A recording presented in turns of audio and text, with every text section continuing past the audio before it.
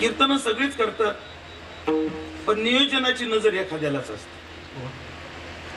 की नियोजन कसं असावं, मंडप कसा असावा, गाणारी कशी असावी, वाजवणारी कशी असावी, कीर्तन ज्या वातावरणामध्ये करतो त्या वातावरणाची अनुकूलता कशी असावी, कारण वातावरणाची अनुकूलता ही फार गरजेची आहे.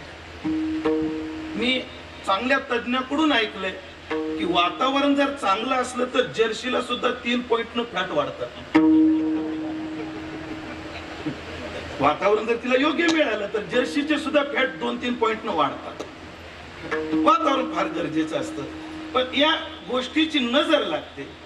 उभ्या महाराष्ट्रामध्ये भव्य दिव्य भक्ती उत्सवाच्या आयोजनाची नजर पूज्य महाराजांना आहे. महाराजांचा जो कार्य क्षेत्रातला आपण जर विचार केला तर महाराजांनी फार मोठ्या मोठ्या भक्ती उत्सवाचं आयोजन याही पूर्वी केलेले आहेत, पुढेही ते करणार आहेत.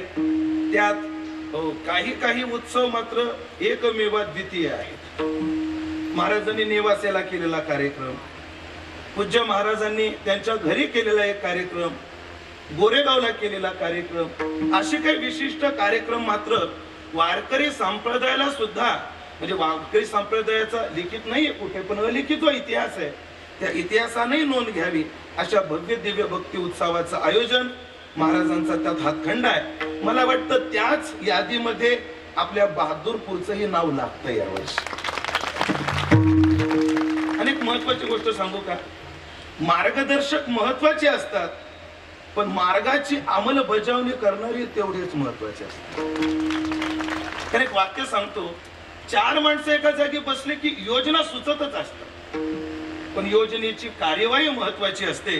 पूज्य महाराजासारखे मार्गदर्शक आणि तुमच्यासारखे कार्यवाहक कार्यकर्ते या दृष्टिकोनातून याचा मिलाप जुळलेला आहे आणि हा भव्य दिव्य भक्ती उत्सवाचं आयोजन झालेलं आहे. जेव्हा वावेमध्ये सेवा होती तेव्हा महाराजांनी आज्ञा केली की महाराज की एक आम्ही सुवर्ण महोत्सव साजरा करतोय, आपली एक सेवा द्या. मी म्हणलं अण्णा, आम्ही अण्णा म्हणत असतो, म्हणलं अण्णा सुवर्ण महोत्सव म्हणल्यावर चांगली महाराष्ट्रातली वजनदार महाराज मंडळी पाहिजे. मी कशाला? अण्णा म्हणले तुमचं का कमी आहे का वजन?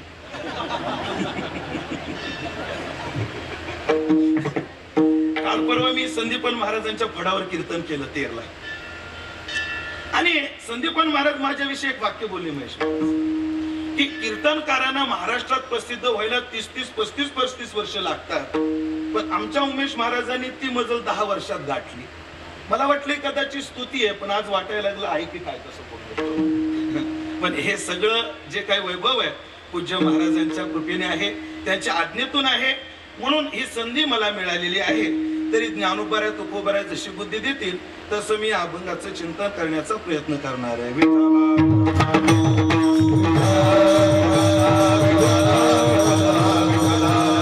आज आपण जो चिंतनामध्ये अभंग निवडलेला आहे तो जगद्गुरु तुकाराम महाराजांचा आहे. फार गोड अभंग आहे. या अभंगातून तुकाराम महाराजांनी परमात्म्याच्या कृपेचा महिमा याची जाण तुम्हा आम्हाला करून दिलेली आहे. संत वाङ्मयामध्ये परमात्म्याची ओळख संत 3 अंगाने करून देतात असं वर करणे दिसतं.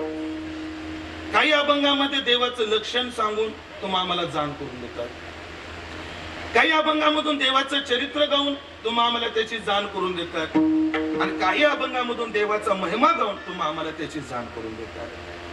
देवाची लक्षणं का कळायली पाहिजे, देवाचं चरित्र का ऐकलं जाणून घेतलं पाहिजे, आणि देवाचा महिमा का जाणून घेतला पाहिजे याचा विचार मी पुढे करेन. पण त्याच्या आधी मला एक प्रस्तावनेत विचार मांडायचा आहे की साधू संत जो आपल्या वाणीचा विलास करतायत, आपल्या वाणीने जे बोलतायत त्या बोलण्याचा हेतू काय. कारण एक असतं, बोलणारे जरी सर्व असली तरी बोलणाऱ्याच्या 3 जाती तुकाराम महाराजांनी सांगितलं. व्यवहारामध्ये किंवा परमार्थातही बोलणारे 3 प्रकारचे असतात, 3 जाती आहेत बोलणाऱ्याच्या. बोलणाऱ्याची पहिली जात आहे वेटी, बोलणाऱ्याची दुसरी जात आहे वार्ता, आणि बोलणाऱ्याची तिसरी जात आहे अत्यंती. विठाला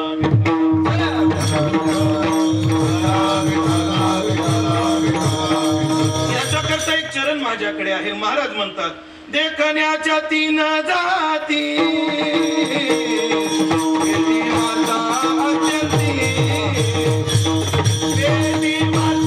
अत्यंती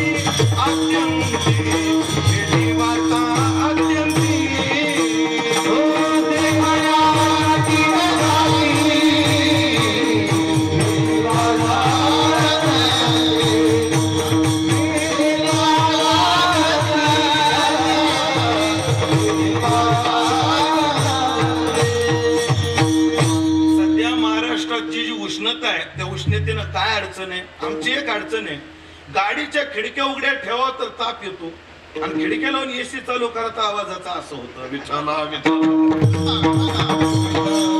देखण्याच्या तीन जाती आहेत. एक वेठी, दुसरी वार्ता आणि तिसरा अत्यंती. वेठी बोलणाऱ्याची जात म्हणजे काय, वार्ता म्हणजे काय आणि अत्यंती म्हणजे काय, सद्गुरूच्या मुखातून ऐकलेलं चिंतन मांडण्याचा प्रयत्न करतो. वेठी म्हणजे विशिष्ट मोबदल्याकडे पाहून मोबदल्या एवढाच बोलणारा, ही बोलणाऱ्याची जात वेठी आहे. ही वेठी आहे. फक्त ऐकलं तेवढं पाठ केलं, समाजाला सांगितलं, ही बोलणाऱ्याची जात वार्ता आहे. आणि स्वतः अनुभव घेऊन समाजाला सांगितलं, की बोलणाऱ्याची जात अत्यंती आहे. तिनेच 2-2 मिनिटं चिंतन करू. वेठी म्हणजे काय, विशिष्ट मोबदला डोळ्यासमोर पाहतून मोबदले एवढंच बोलतो. आपल्याकडे एक मन आहे बघा, ह्याला फार पूरक आहे, ताकापुरतं राम आहे. एका ब्राह्मण काकाला ताक पाहिजे होतं. तो शेजारी गेला गण्याच्या आईकडे. गण्याची आई, काय म्हणता काका, ताक आहे का? अहो काका तुम्हाला नाही म्हणणार का, ताक आहे. गण्याची आई म्हणली, महाराज ताक सांग, ताक देते पण मला रामायण सांगावं लागलं. काका म्हणजे सांगता येईल ताकाला रामायण. म्हणून काका आधी आवाज दिला, ताक आहे असं कळालं, म्हणून काका सोबत जाताना एक तवली घेऊन गेले. आमच्या मराठवाड्यात डेचकी म्हणतात. अंदाजे ती 2-3 लिटरची असते. अशी तवली घेऊन काका गेले. काका तवली घेऊन गेले पण पुढून गण्याची आई ताक फुलपात्रामध्ये घेऊन आली. काकानं पाहिलं, अरे रे अवघड दिसायला लागलं. ते द्या ताक. ते म्हणजे रामायण सांगा. काकाने लगेच चालू केलं. दशरथाचा मुलगा राम, जनकाची सीता, जनकाची मुलगी सीता, दोघांचं झालं लग्न. रावणानं नेली सीता, रामप्रभूने रावणाला मारलं, तिला सोडून आणलं, दोघांचं लग्न झालं आणि त्यांनी सुखाने राज्य केलं. तसं तुम्ही सुखाने संसार करा. ते म्हणजे काका रामायण एवढंच का? म्हणजे ताप केवढे, जेवढं ताप तेवढं रामायण. हा जो बोलणाऱ्याचा प्रकार आहे याला म्हणतात वेठी प्रकार. विशिष्ट मोबदला पाहून बोलणारा वर्ग. दुसरा वर्ग आहे, त्या वर्गाचं नाव आहे वार्ता. म्हणजे काय, फक्त ऐकतो आणि सांगतो, ते जाणूनही घेत नाही, त्याचा अनुभवही घेत नाही, असा एक वार्ता नावाचा वर्ग आहे. याला प्रमाण जर द्यायचं ठरलं तर महाराज म्हणतात, पडविले तैसे पडो जाणे पुंसा. जेवढं पाठ करायला सांगितलं, जेवढं शिकवलं तेवढंच ऐकतो आणि तेवढंच बोलतो, याला म्हणतात वार्ता. आमचे एक महाराज आहेत पंढरपुरात, त्यांच्या दारामध्ये पोपट आहे, दारात कुत्र पण आहे. पण ते कुत्र असं आहे, कुठेही बाहेरून आले की महाराजाच्या गादीवर जाऊन बसत. आणि मग ते गादीवर बसलं की महाराजाच्या त्या कुत्र्याला म्हणायचं उठ उठ. मग ते कुत्र उठून जायचं. ह्या म्हातारीचं ऐकून ऐकून पोपटाने पाठ केलं, उठ म्हणायचं. आणि मग कोणी पाहुणा आला नवे नवे, महाराज जरी त्या गादीवर बसला तरी तो पोपट म्हणायचा उठ उठ. याला म्हणतात पडविले तैसे पडो जाणे पुंसा. जेवढं शिकवलं तेवढंच. तुकोबारायचं वचन आहे, हो कोरड्या गोष्टी चावट्या बोल, शिकल्या सांगे नाही बोल. हा जो बोलणाऱ्याचा प्रकार आहे, हा बोलणाऱ्याचा प्रकार आहे वार्ता. याला आपल्या क्षेत्रातलं एक उदाहरण आहे, कीर्तन केसरी, कीर्तन रत्न. मला वाटतं कीर्तनाच्या जेवढ्या उपाध्या त्यांना द्याव्या त्या कमीच आहेत, असे वैकुंठवासी पठाडे महाराज यांचं एक कीर्तन, एक टिपण एका विद्यार्थ्याने बसवलं. पण पठाडे महाराजांनी तो अभंग घेतला होता थंडीच्या दिवसात. अभंग होता प्रारब्ध क्रियमान भक्ता संचित नाही जाण.